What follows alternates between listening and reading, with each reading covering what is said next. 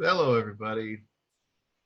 Welcome to July 9th, 2020, class discussion, chapter 12, final chapter of the semester, semester 1. We are going to talk about stoichiometry today, and then we are going to be done. You take one more quiz, and then the final will be up tomorrow, 7:10 at 8 a.m. for you to take. Once you take that, you're done. As long as you have everything else in and everything's good, you should be able to see your final grade automatically after I'll put the quiz in as soon as you take it. All right. So the module obviously has, lots of other things for you to use today. If you don't want to just listen to me, you can obviously go here and look about stoichiometry and limiting reactants and percent yield and all that kind of stuff. If it will load. It was having trouble earlier. There we go. So there's that stuff there. There's also lots of videos on all that kind of stuff. And then, of course, there are examples. And if it says by me, that means examples by me. Sometimes I didn't write by me, but basically that group that says by me is all problems done by me. So if you want to watch those, you can after we're done. And then, of course, there's lots of other videos about limiting reactants, percent yield, stoichiometry in general. So let's just get into it. So stoichiometry is, you can think of it just like cooking, okay? I'm going to spell this wrong. Is it R-E-C recipe? I don't know. Can't spell recipe right now. Let me find it up there. S-C-I-P. Oh. It is... Said it was spelled wrong. There we go. Oh, I spelled it right. All right. Receive. Right. So cooking with a recipe.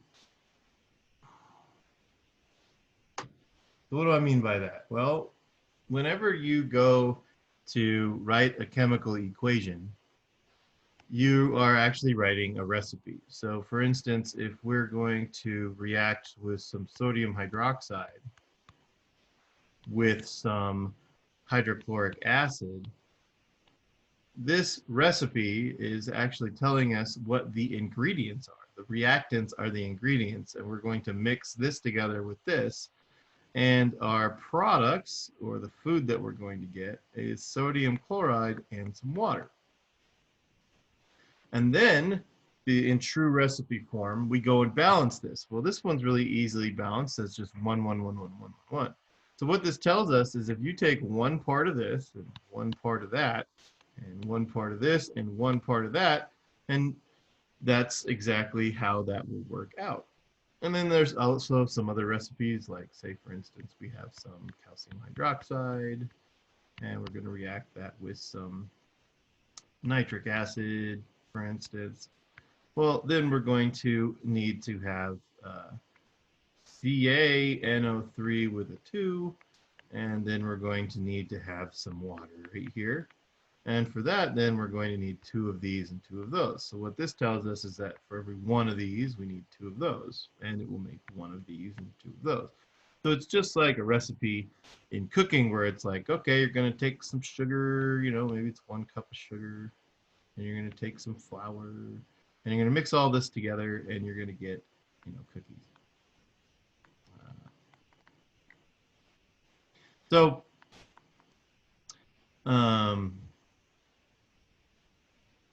That is stoichiometry. It's just thinking of the chemical reaction like a recipe.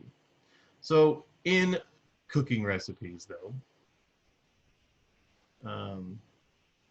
the important part is what the heck is the measurement? So like if it says 1 flour, you're going to ask yourself, like, is that 1 cup? Is that 1 ounce? Is that 1 kilogram? Is that 1 gram? Like, this number needs a unit. And the same thing for um, stoichiometry. We're going to use balanced chemical equation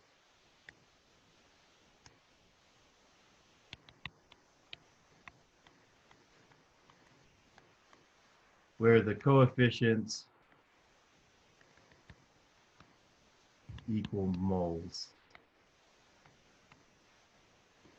So now if we look at our, like our little water synthesis reaction, we have water. And before we had 2 molecules of hydrogen would react with 1 molecule of oxygen to produce 2 molecules of water. Well, molecules are too tiny to measure, so what we're going to do is we're going to scale this up, and we're going to say that if you take 2 moles and we react it with 1 mole, then you will get 2 moles.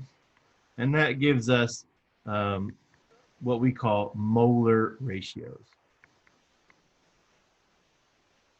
So just like any good recipe, if we want to scale this up or scale this down, that's our baseline. So say, for instance, we want to make, 500 waters, right? Well, if we have 500 waters, you'll notice the ratio for water to oxygen is 1 to 2. So we need half as much. So we only need 250 oxygens. And you'll notice that the ratio of hydrogens to water is 2 to 2. So we'll need the exact same amount of hydrogens. And that's what stoichiometry does for us. It allows us to scale the reaction up and down using the balanced chemical equation in terms of moles. Now, what's also awesome about this is because, as you guys remember, we can convert grams and moles, and we can convert moles and molecules, and we can also convert moles and liters using the various conversion factors. So you're in the lab and you want to make, some water, or maybe you want to go in reverse and do the electrolysis of it, the decomposition of it. Well, this doesn't really help you because you don't have any piece of equipment that measures in moles. But what you do have is you do have the conversion from grams to moles, where you are going to use the molar mass. Molar mass is probably one of the most important parts of chemistry. So the molar mass of hydrogen is 2. So if we want to know our mass of this, well, for every 1 mole, we would need 2 grams. So now we know we need 1,000 grams of hydrogen. And for this, we need 250 moles of oxygen. Well, oxygen is 32 grams for every 1 mole. Oops, I wrote it upside down. And this is why you do dimensional analysis like this, so you can see when you write it upside down. For every 1 mole, we have 32 grams. And then this should add up to the same amount of water. 500 moles of water, they're all 18 grams each, which should equal adding these two together. I don't know what 250 times 32 is off the top of my head. Calculator. 250 times 32. 8,000. So we have 8,000. Did I do that right? Yep. We have 8,000 grams of oxygen.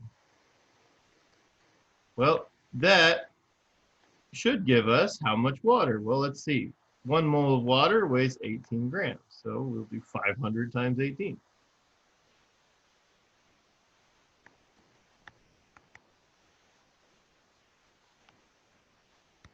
Hey, it's 9,000.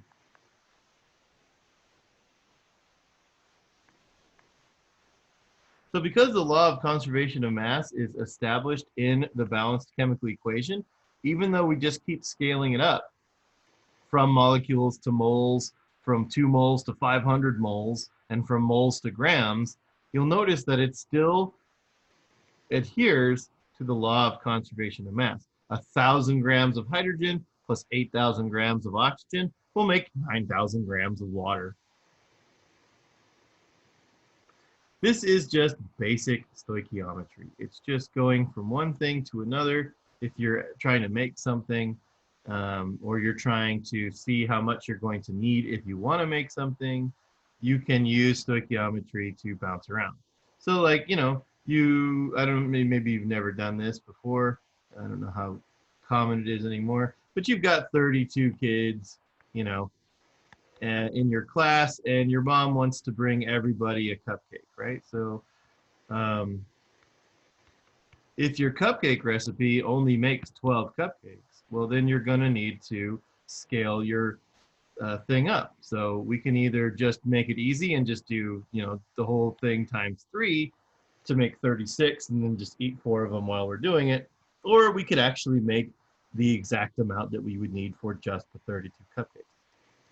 That's what stoichiometry does. It just is cooking where we're scaling up or scaling down the basic formula, and that basic formula is the balanced chemical equation. So a nice a skeleton equation I like to write is little coefficient A, and then we have big A, and then we're going to have coefficient B reacting with B, and that's going to produce some sort of chemical with coefficient C, and then some sort of chemical with coefficient D.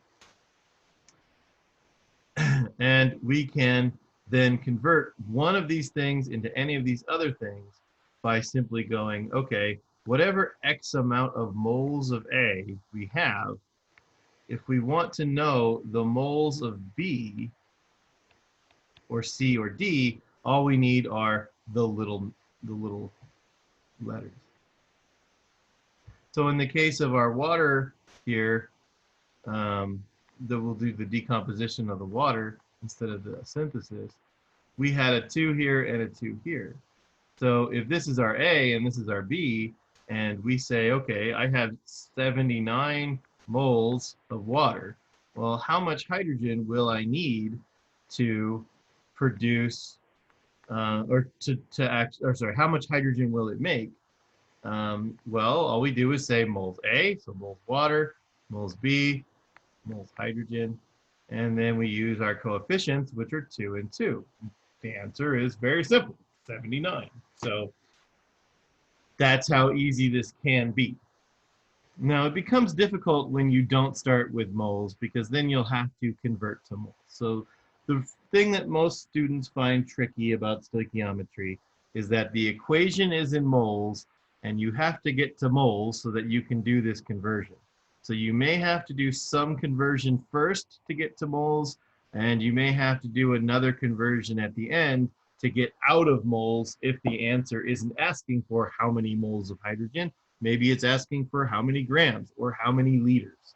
Okay, so that's the trick to stoichiometry. It really all boils down to this right here, where you're just converting one thing to another using this simple kind of, if this is A and you want B, then you just do it like this. Or if you want B and you want C, you just swap the letters, okay? But it's a real basic stoichiometry change.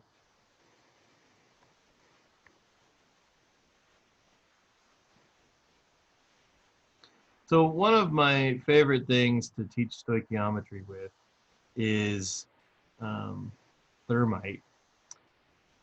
Thermite is a reaction used for welding because it produces molten iron. The awesome thing about it, though, is it's extremely cheap, because all thermite is some sort of metal oxide, and the cheapest metal oxide out there is iron oxide. And we react it with some sort of highly active metal, or at least more active than it. And in this case, aluminum is super cheap and way more active than iron. So this single replacement reaction will undergo, and we'll get aluminum oxide, and we'll get iron. And the reason why thermite is so useful of reaction is because the iron is going to come out as a liquid. So if you were to see this, you might see a little L like that, and you might see this will probably be a solid, so hot. This will be a solid, and then this will be a solid when we mix them together. So we have some liquid iron that's being made. That liquid iron is so hot we could use it for all kinds of things like melding or whatnot. So then if we balance this chemical equation, then we can either start with the iron oxide or the aluminum oxide, iron 3 oxide, I should say, or the aluminum oxide. But basically the trick is, deal with the elements at the end. Well, there's already 3 oxygens each, so it's really easy to just kind of do that. So our stoichiometric ratio is 1 mole of the iron to 2 moles of the aluminum. And this will make 1 mole of aluminum oxide and 2 moles of iron, which is really cool. 1 mole of iron oxide goes in and 2 moles of iron come out. So pretty cool in terms of breaking that up into the individual moles of molecules. In this case, we have 2 irons in there and then they're free over here. But again, say I wanted to actually make this one, I want to sell it online. It's extremely cheap. So maybe that's my job. I want to go out and offer remote welding, and so thermite's a good way to do that. Well, if I want to go make this, this doesn't help me because I can't use any sort of piece of equipment in the laboratory that measures in moles. They all measure in grams. They measure in liters if we're talking about liquids or gases, and then so grams is mass, so we can measure in mass, and then we can measure in volume. But there's no mole on there. So what we got to do is we got to convert this. So say, for instance, I go out and I'm going to go weld some railroad track or something out in the middle of nowhere. And it turns out that I need about 100 grams of iron to weld up my piece of steel or my railroad track. Well, then the question is, well, how much iron and aluminum should I mix together in my thermite so that I have exactly the amount I need to do my weld? Well, that's where we can use our stoichiometry to help us out. So first off, we're going to start off with whatever information they gave us. In this case, they said you need 100 grams of iron. How much iron and aluminum do you need to mix together? And then we're going to make it a fraction. I like to put it over 1. You don't have to do that. And then what we're going to do is we're going to multiply it by another fraction. Now, you can do this by actually using parentheses, or you can just draw a line. I just draw lines because it's neater. It's up to you. And our goal is to get rid of the unit grams and get into the unit moles. And the reason why we're doing that is, remember that our ratio, our molar ratio, is 2 to 1 and 2 to 2 moles, not grams. So what we got to do is we got to convert this moles into grams. And if we consult our little conversion chart over here, it says if we're going from moles, from grams to moles, we're going to convert using the molar mass. And anytime you're going towards moles, you multiply. So going towards is multiply, going away from moles is divide. And so divide. So we're going to multiply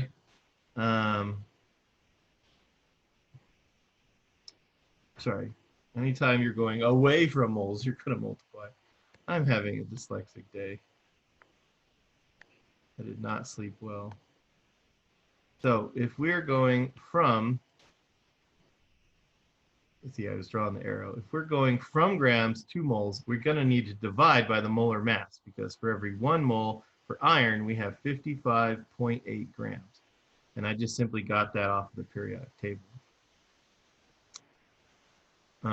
So when we are going away from moles, we multiply. There we go. And if we are going towards, we divide.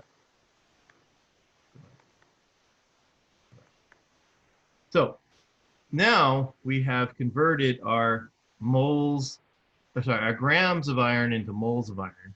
And now we're going to then use our little trick that we had, where we want to know, okay, if we have moles of iron, how many moles of iron oxide is that? Well, our ratio is 2 of these, there's a 2, and 1 of these, there's a 1. So for every 2 of these, there's 1. But the question is, I want to actually mix this together. So I'm going to actually get out my scale. So I've got to get rid of moles of iron oxide. And I got to get into grams of iron oxide because I'm going to actually physically weigh this out. And for that, now we're going from moles to grams. So now we're going to multiply. And so we're going to need the molar mass of iron oxide.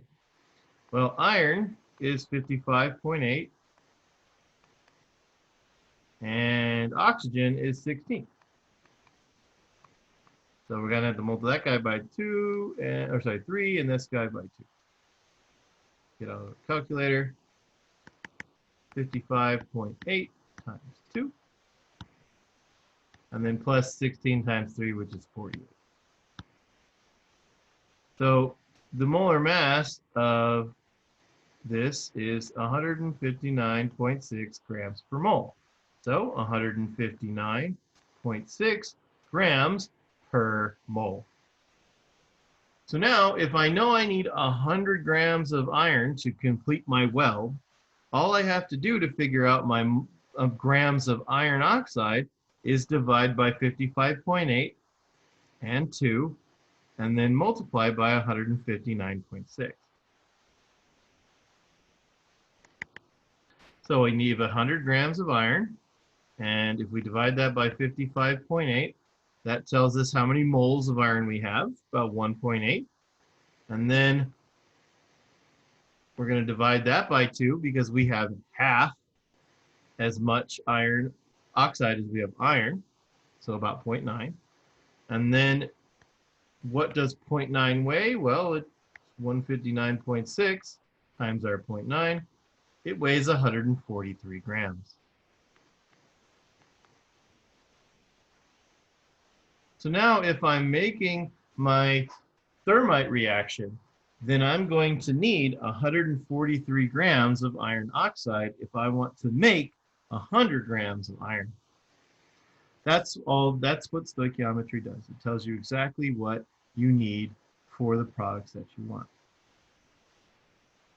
Say, for instance, if you really want to get into cooking and like how math and cooking are super related, say, for instance, you're interested in making your mom a cake, but an 8-inch round cake is too small, and you want to make, you want to go sick, and you want to make a 12-inch round cake. Well, how do you scale this up? Is it just, 12 is 1/4 bigger, right? So it's like, okay, we do that, or do you want to actually do, the percentage of the areas of the circle? Because this is 12 and that's 8, so this is actually 4 inches. So you're adding an entire, how much more volume? But again, that's already usually done for you mostly on these types of sites and whatnot. But for chemistry, this is what you're going to be doing all day long. You're doing stoichiometry all day long, no matter what you're interested in chemistry. That's what you're going to be doing.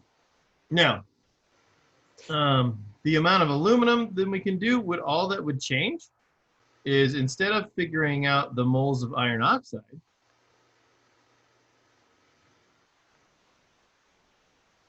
this would all change to aluminum. So now our ratio is for every 2 moles of iron, there's 2 moles of aluminum. And for every 1 mole of aluminum, instead of having to do the molar mass, we can just simply look at the molar mass in the periodic table. We're going to round aluminum up to 27 because it's like 26.9. So now it's exactly the same thing. The only difference is instead of doing 100 divided by this divided by 2 times 159.6, we're going to do the same thing we did before, 100 divided by 55.8 times 2 divided by 2, so we can ignore that. That's not going to do anything. And then times 27, which tells us 48.4 of aluminum. So 48.4 grams of aluminum, 143.6 grams of iron oxide. We mix those together, and we made the perfect thermite reaction to produce 100 grams of iron to weld our piece of railroad track together. That's what stoichiometry does. Now, in my class, usually what we're doing is we're melting like somebody's lock on their locker, or we're melting a beaker or something like that, and we try and figure out what's the best amount to do that. But doing thermite in my house is a bad idea.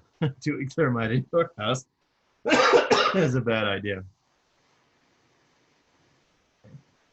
So now we've done this. Great. This is stoichiometry. This is as basic as it gets. But what we've done is we've really just done grams and moles and moles and grams. And most people find that to be the most difficult. Well, let me show you another way to do it. If you have gases. I'm just going to say gas. If everything is a gas in your reaction, you can just treat the moles like liters. And let me show you why. Say, for instance, we did hydrogen gas reacting with oxygen gas, and it produced water. And it was really hot, so the water was a gas. So you see that little G there, that means they're gases. Well, if we remember from our conversions from the mole would convert to grams using molar mass, but it would also convert to liters using the 22.4 liters. As long as we're at STP, which means 0 degrees C and 1 atmosphere. So as long as you're at those conditions, so if you see a problem that says at STP, they're just talking about using the conversion factor. 1 mole is 22.4 liters.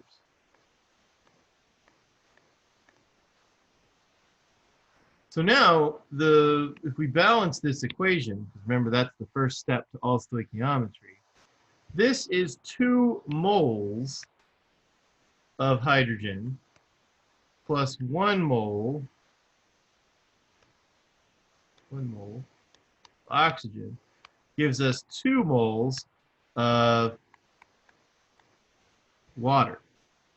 But remember that our conversion factor is 22.4 liters. So the reason why, if you have gases in your equation, you can just treat moles like liters and skip a whole step, is because, okay, say we wanted to convert all of these things to liters. Well, we would be doing the exact same conversion for each one, 22.4 liters. And so this would be 44.8 liters. And this one would be 1 times 22.4, so this would be 22.4 liters. And this one would be 2 times, so this would be 44.8 liters. And you'll notice that these liters all have something in common, that if you divide them by 22.4, guess what you get back?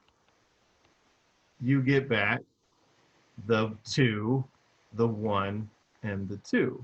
So instead of 2 moles, 1 moles, 2 moles, in a reaction where we have gases, we can just say 2 liters, 1 liter, 2 liters, skipping the step altogether, which is pretty cool. So an example of this would be, you can't weigh hydrogen on the scale because hydrogen is a very light gas. It's the lightest gas there is, and it wants to float away. So, okay, I want to make, for instance, 500 liters of water vapor for whatever reason. So the question is, how much hydrogen am I need to get out of there? Well, I'm not going to be able to weigh it, so I should probably use liters. But instead of, again, 2 moles, 1 mole, 2 mole, we can skip that step altogether because they're all going to be divided by 22.4 and then multiplied by 22.4 at the end. So what we can do is we can just say, instead of moles, let's just say this is liters. 2 liters, 1 liter, 2 liters. So now our stoichiometry becomes very easy for gas stoichiometry. So now what we're going to do is we're going to convert the liters of water into the liters of the hydrogen. And we can use the exact same simple molar conversion that we would have done with the mole ratio without having to have that step of 22.4. But just to prove that I am right here, let me show you. Say we do want to convert this without this trick. Well, we're going to need to get 22.4 liters of water for every 1 mole of water. And then for every 2 moles of water, there are 2 moles of hydrogen. Well, there's the 2 and 2 in the 500, but there's this 22.4 in there now. But the question asked us how many liters of hydrogen is this, because we're practically going to try and measure it out. Well, guess what? We're going to then have to multiply by 22.4. So this whole thing is going to cross out. And we'll be left with the exact same thing. So if you want to make 500 liters of water, you're going to need 500 liters of hydrogen.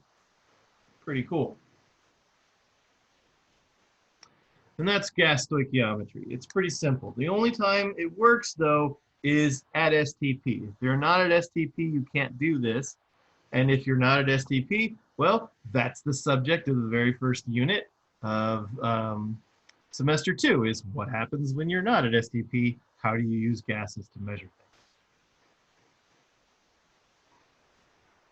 So that is stoichiometry, the basic meat and potatoes of it. Okay. So then let's talk about your answer. Your answer to any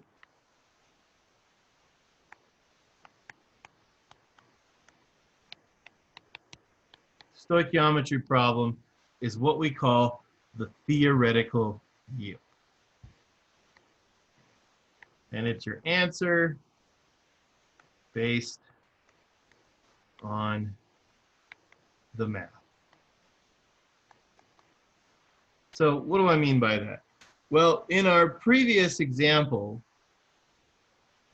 in theory, we wanted 100 grams of iron. Well, if we need exactly 100 grams of iron, in theory, we needed the 140, I forgot what it was, 148, 149 grams of the iron oxide. Theoretically, that's what we need. Now, when we go to that scale, we might not pour this exactly. We might do 150. We might do 148 point something. So when it comes to chemistry, we need to differentiate between theoretical yield and actual yield.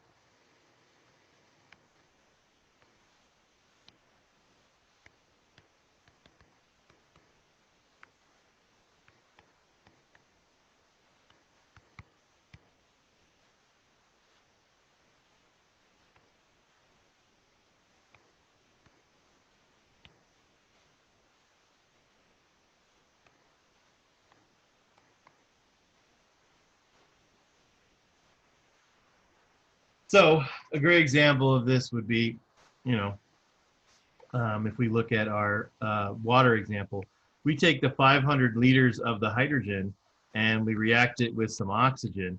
And guess what? We get 498 liters, I'll just say 480 liters of water. Well, theoretically, we should have gotten 500. But we only got 480. Something happened where we did not get our theoretical yield, which was 500 based on our math. We got some other actual yield. And as a chemist, because you're interested in what is turning this theory into practicality, this difference, this change in what is expected mathematically and what happens in the lab is going to lead to a concept called percent yield.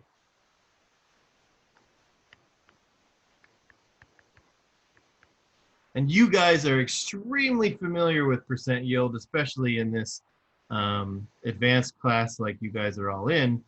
Percent yield is your actual yield divided by your theoretical yield, and then times 100%. So the reason why I say you guys are super familiar with this, well, you've already taken 3 tests. The first test was out of 30. Second test was out of 40 or 45. And then the last test has been out of 50. Every single one of these things, you guys got a experimental yield, and it was then divided by the theoretical yield, which was 100%. You should have been able to get every question right. And then you multiplied that by 100% to get your actual grade. So last time someone got a 49 out of 50. So that means that they got every single answer right. Theoretically, they should have gotten that last answer right, but it didn't happen. Doesn't matter. A+ anyway. They should be super awesome. They're super excited because they got a 49 out of 50, and I'm sure they are. But the theoretical yield and the actual yield don't match. And that is this idea of actual yield. All of your grades are what are called percent yields.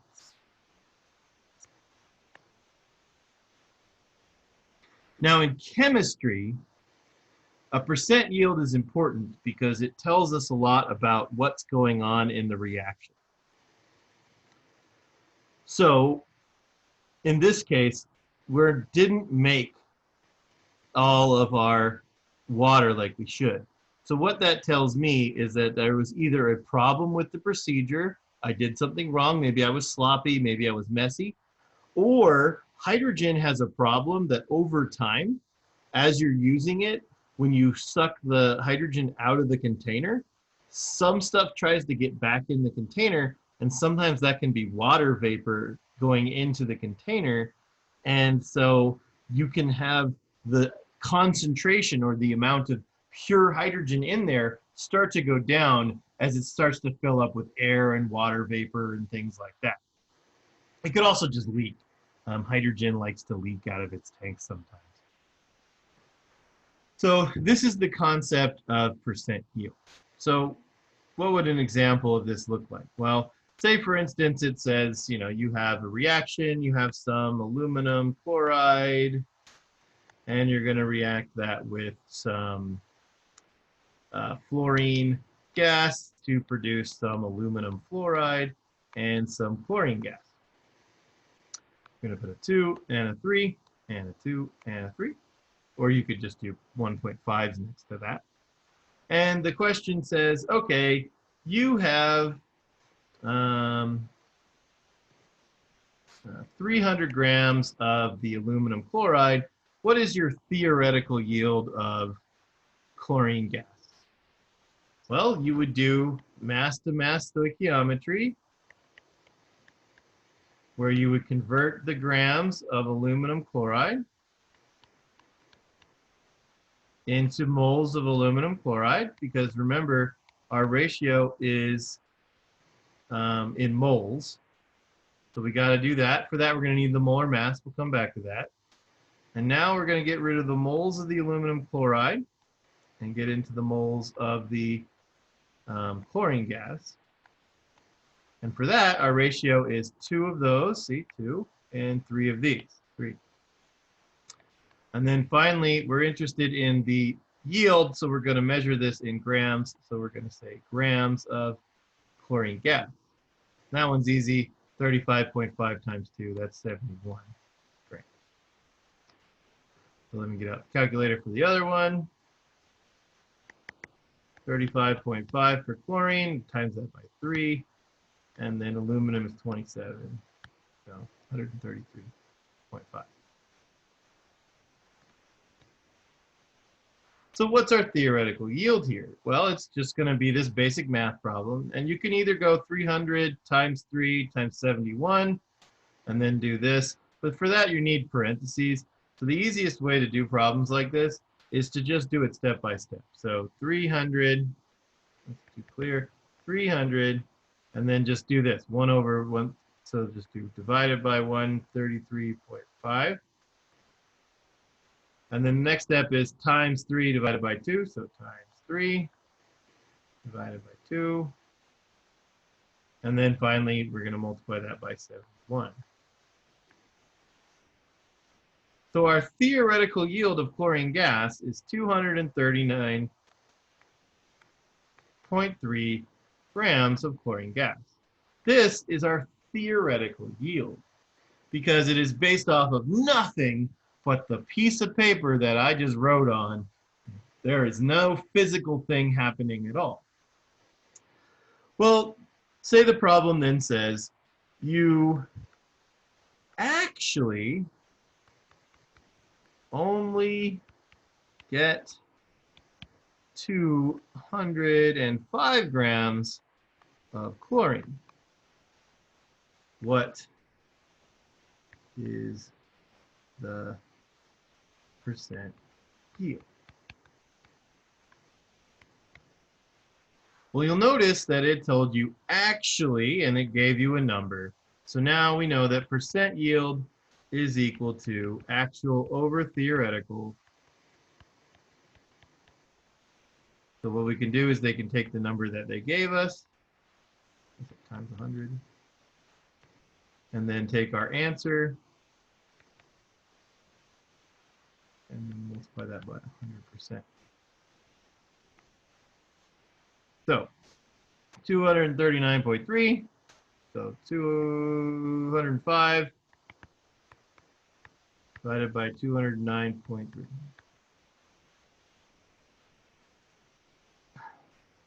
Oop, I did the wrong thing. I was like, that's not right. 205 divided by 239.3. And 85.7.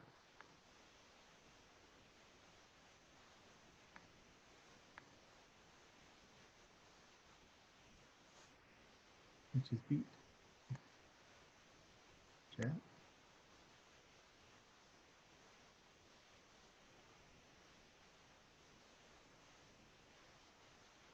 Yeah. Okay. So,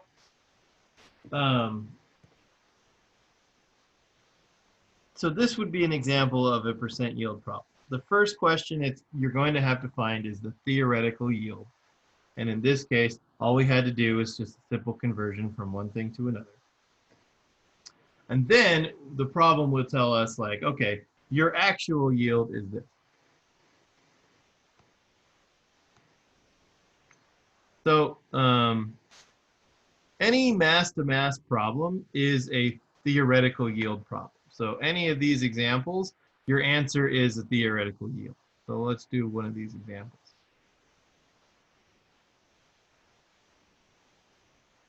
I mean, this one's kind of a big culmination of everything we've talked about so far.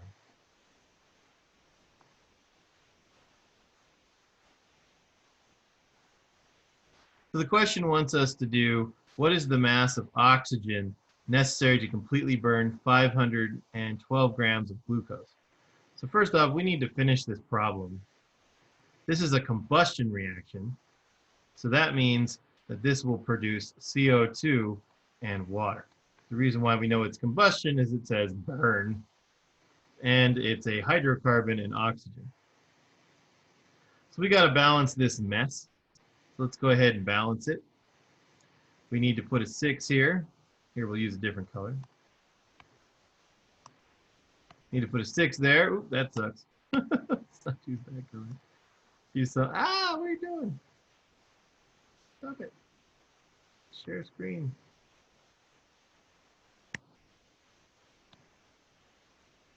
Okay. We need to use a different color. Let's go on blue, yellow. So we need to put a 6 here. And we'll just do black. We need to put a 6 there, and we need to put a 6 there, because that gives us 12 carbons and 12 hydrogens. Or sorry, 6 carbons and 12 hydrogens. That also now gives us 12 oxygens here and 6 there. We already have 6 there. So this gives us 12 and 6, which is 18. So that already has 6. So we only need 12. So we're going to put a 6 there. So for every 1 mole of this, There's 6 moles of that, and there's 6 moles of this, and 6 moles of this. Now, if this question was talking about volume instead of mass, we could use that 22.4 we could use that 22.4 trick, but it is not asking for volume, it's asking for mass. So what we're going to do is we're going to start off with our 512 grams of our glucose, which is C6H12O6. And we're going to convert grams of glucose into moles of glucose.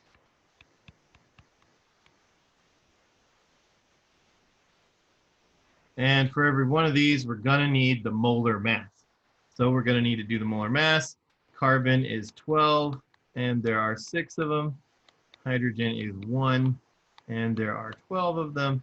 And oxygen is 16, and there are 6 of those. So add those guys all up, and it should add up to 180, but let's just show 12 times 6 plus 12, because 12 times 1 is 12, and then plus 16 times 6, 180. And again, I'm getting all those numbers from the periodic table. So we have 180 grams per mole. Now that we have moles of glucose, we can convert that into moles of oxygen. The ratio is for every 1 mole of glucose, 1206, we have 6 moles of oxygen. But this question is asking for mass, so let's go one more step. For every 1 mole of oxygen, we need the mass of oxygen, and so this we're going to need the molar mass. Now, molar mass of oxygen is easy. It's just 16 times 2, 32 grams. So how do we do this math? Pretty simple.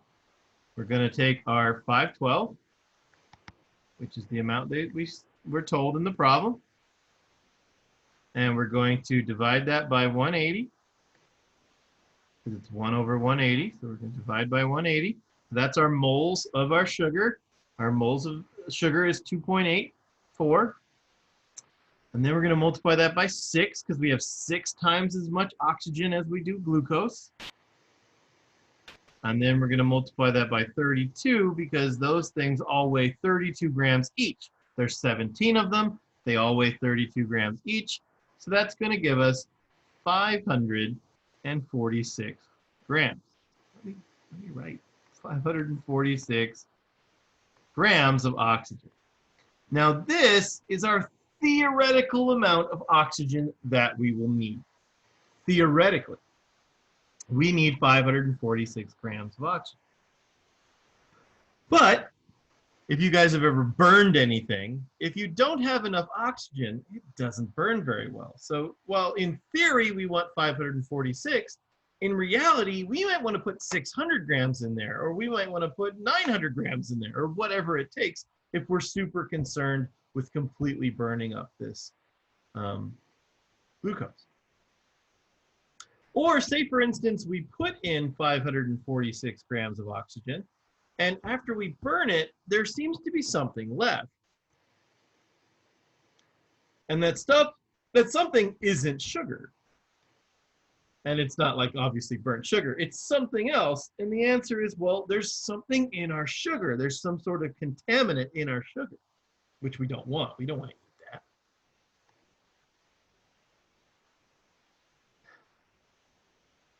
Why is it stopping screen sharing? Show me, share the screen. There we go.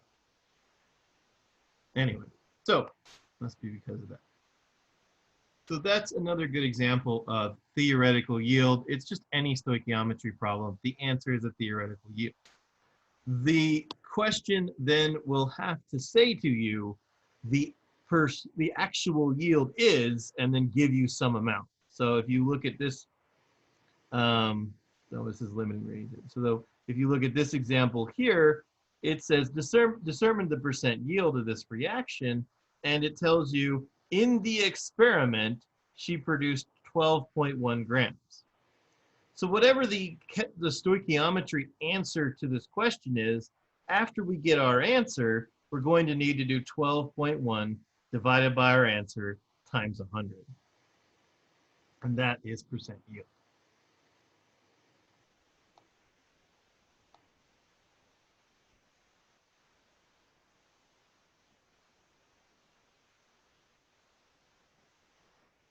So all those numbers that we got were from the balanced chemical equation and their molar masses. Now, where did I get 16 and 12 and all that? That's from the periodic table. Those are the masses on the periodic table. So go to module here in unit, I think unit 2. You were given a periodic table. If you don't want to use this one, you can obviously Google any periodic table. But it's like, where does the 32 come from? Oxygen is 16 twice. Where did the 180 come from? Well, there's 12 times 6, and then 1 times 12, and then 16 times 6.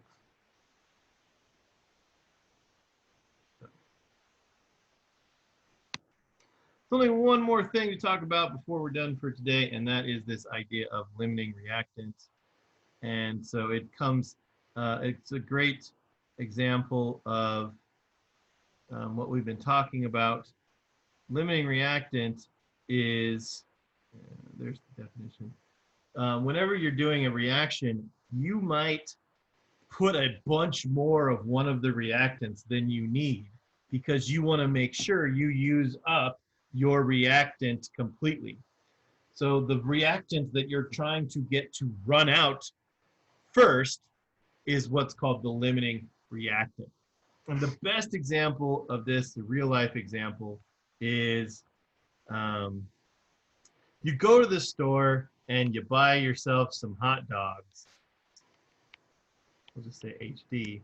And then you buy buns.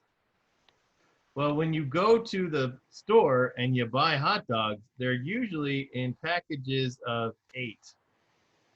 And the buns are in packages of 10. Well, when you go to do your stoichiometry here, it's one of these plus one of these gives you a hot dog.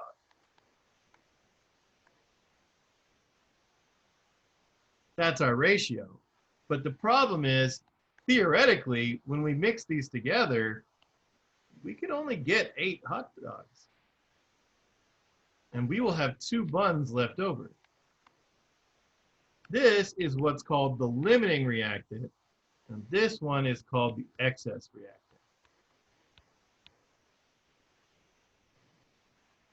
So anytime you light a match or a lighter or light your fireplace, you are doing a limiting reactant chemical reaction because you have your fuel, in this case it's the wood or the match, and it's reacting with oxygen in the air.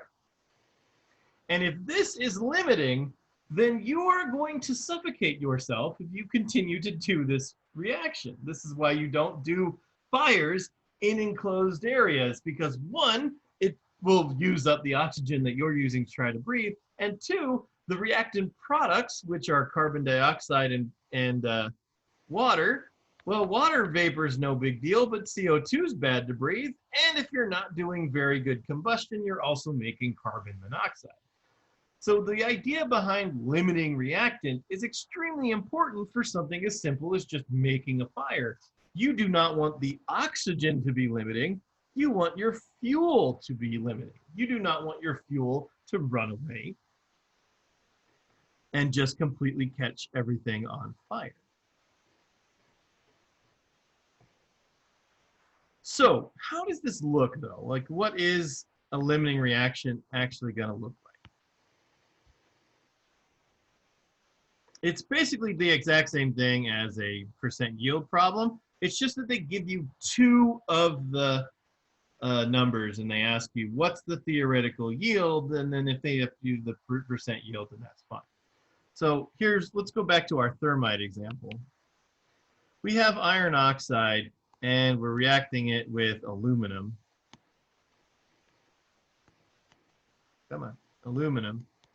And this is going to produce iron and aluminum oxide. And this is a 1 to 2 to 2 to 1 ratio in moles. And it says, okay, well, you want to just make the absolute biggest thermite reaction you can make, and you've got 500 grams of iron and you've got 300 grams of aluminum, iron oxide, and you have 300 grams of aluminum. What is the theoretical yield of iron that you can make? So the problem you have here is that you have two starting points. And so in a limiting reagent problem, all you do is you just do the problem twice. And whichever one gives you the smaller answer is the theoretical yield. It's just like the hot dogs or hot dog buns. One of these is going to run out. Now, it's not apparent to us because this looks like a bigger number than this number. However, that's the mole ratio that matters, not the gram ratio. So what we're going to do is we're going to do the problem twice. So we have 500 grams of iron oxide. If you guys remember from the example earlier, it was 159.6 grams per mole. And we're interested in the iron. So for every mole of iron oxide, we're going to get into moles of iron. Now, this is a very easy ratio. For every one of these, there's 2 of those. So that number divided by that number times 2. And then finally, for every mole of iron, we want to know the grams of iron because we're interested in the yield. And if we look on the periodic table, iron is 55.8. Right there. Oh, you booger. 55.8. If you want to write 55.85, that's fine. So this is going to give us a yield. But is it bigger or smaller than the 300 grams of aluminum? Well, let's find out. Aluminum is 27 grams per mole. So a little different from the first start. And our ratio for aluminum to iron isn't 2 over 1. It's 2 moles of aluminum, so 2 moles of iron. And then for every 1 mole of iron, or sorry, yeah, this is exactly the same step. Grams of iron. So you'll notice that the second half of the problem is exactly the same. So many books and many online tutorials will tell you to skip this last step and only do it once after you've gotten this far. For me, I'm just plugging my numbers into my calculator once. So for me, I just do it twice. So your book will tell you to stop at this step and then do this step after you figure out which one's smaller. My recommendation is just to go all the way with both steps and then again, whichever one is smaller. So, well, that was rude. Let us then figure out which one of these is smaller. So get out our calculator here, we have 500 grams. It's hard to put this in a place where you guys can see it. So we have 500 grams of our iron oxide. We're going to divide that by 159.6 because that's the grams per mole. So we have 3.1 moles of iron oxide. We're going to multiply that by 2, which gives us 6.3 moles of iron. Now this is where the book tells you you can stop, but for me I like to keep going because I'm going to need to know how much that weighs, so let's multiply that by 55.8. So this thing will make 349.6 grams of iron. This problem down here though is aluminum, and we have 300 grams of aluminum. We're going to divide that by 27. So we have 11 moles of aluminum, which means we have 11.1 moles of iron. Now, as you can see, this is smaller than that, so we already know that this is going to be our answer. But again, you can stop there if you want, or you can keep going. I like to then multiply that by 55.8 to show me that this will make 620 grams of iron. Now, another way to think of limiting reagent is like is like a gas tank in your car. You're going to run out of gas. So if you and your friend get on the highway and your guys are driving together in different cars, and your friend can drive for 349 miles, and you can drive for 620 miles, well, when are you guys going to stop for gas? You're going to stop the gas at the 349 miles, because even though you have more time, your friend doesn't. Your friend needs to stop, and so the road trip ends when your friend has to stop. So this here is not real. It's not a thing that's possible. This guy is now our theoretical yield. And this guy right here is our limiting reagent. And this guy right here is our excess. So the iron oxide will limit our reaction, and our aluminum will be in excess. Now, why is this important to think about? Well, especially for a reaction like thermite, I'm trying to weld my railroad tracks together with iron. But if I have excess aluminum, in this case, I'm going to have a bunch of excess aluminum, that aluminum's also going to melt, and it's going to get into my iron. So my iron weld will be contaminated with my aluminum. So the way I've set up this reaction will produce a bad weld, and so I don't want to do this. And we could do a percent yield problem to prove that. We would do this reaction, and we would find out that our weld didn't weigh 349 grams. It weighed something more than that, because all that excess aluminum flowed into that. Now, when it comes to your test and some of the problems that are in the book, they tend to make it easier on you. They just simply say, if you have 3 moles of this and you have 7 moles of that, well, which one's the limiting reagent? And for that, you can just do, you can skip the mass step altogether and at the end, because all they want to know is who's limiting. Well, if we got to make iron, well, the ratio of iron is 2 to 1, and if we want to make iron here, the ratio is 2 to 2. So this thing makes 6 and this thing makes 7, so this thing would be the limit. So that's another way to do it. It's faster if you already have moles and it doesn't want you to pop it in there. You can also do that same thing with gases.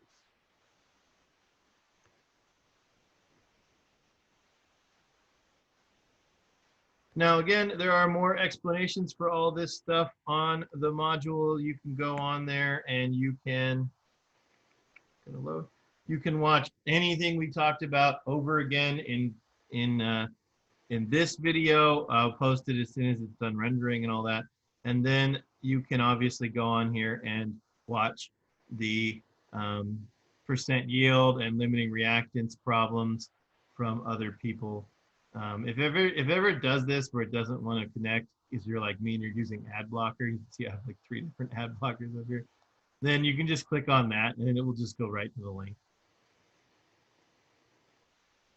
So there you go. And then this girl, really good lecturer, somebody's high school chemistry teacher, has a YouTube channel with 200 subscribers. Like, holy moly, what a cool chemistry teacher. So anyway, you can go on there and she will tell you all you need to know about limiting reactants, percent yield, all that. If you want to see more examples done by me, you can obviously click on things like limiting reactant done by me or percent yield by me. And it's just a quick 2-3 minute video where I show you another problem. All right, any questions before I stop the recording?